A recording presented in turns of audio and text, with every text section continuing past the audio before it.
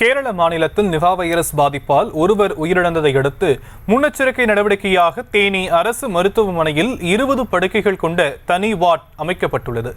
இந்த வார்டுக்கு 3 மருத்துவர்கள் தலைமையில் தனி மருத்துவ குழுவினரும் நியமிக்கப்பட்டிருக்கிறார்கள்.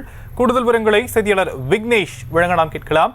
விக்னேஷ், தேனி அரசு மருத்துவமனையில் என்னென்ன முன்னெச்சரிக்கை நடவடிக்கைகள் ஏற்பாடுகள்லாம் செய்யப்பட்டிருக்கு? கேரளா மாநிலத்தில் நிபா வைரஸ் பாதிப்பு அதிகரித்து காணப்படுவதால் தமிழகத்தில் பரவாமல் தடுக்க தமிழக அரசு பல்வேறு நடவடிக்கைகளை மேற்கொண்டு வருகிறது.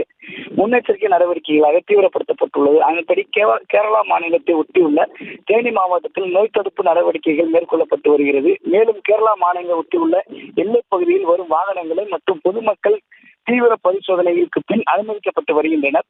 நிபா வைரஸ் பரவாமல் குறித்து தேனி அரசு மருத்துவமனை நிபா வைரஸ் பாதிக்கப்பட்டவர்களுக்கு சிகிச்சை அளிக்கும் விதமாக 20 படுக்கைகள் கொண்ட தனி வார்டுகள் தொடங்கப்பட்டுள்ளது.